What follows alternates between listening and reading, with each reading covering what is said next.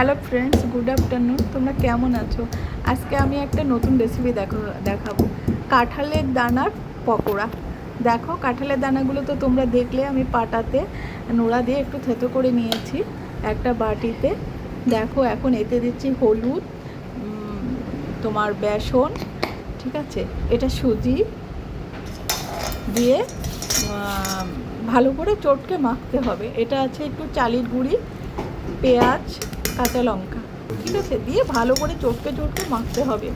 মেখে কিছুক্ষণ আমি রেখে দিয়েছিলাম, ঠিক আছে, মানে 10-15 মিনিট রেখে দিতে হবে। দিলে এটা মানে আরও আঠালো ভাব হবে, বেশ মাখো মাখো হবে। তারপর সাদা তেল গরম করে দেখো ঠিক ছোট্ট ছোট্ট করে আমি তেলে দিয়ে দিয়েছি।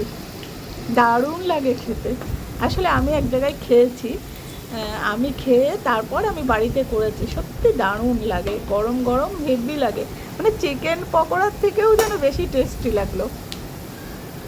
তোমরা এভাবে করে খেয়ে দেখবে, দারুণ লাগে, সত্যি দারুণ লাগে। খেয়ে দেখবে আর আমাকে কমেন্ট করে বলবে যে সত্যি কেমন হয়েছে এই রেসিপিটা, ঠিক আছে। কারণ সত্যি আমি এটা মানে আমি খেয়েছি এক জায়গায়, বলতে কি আমার বৌদির বাড়িতে খেয়েছি। দেখো, গরম গরম পকোড়া রেডি,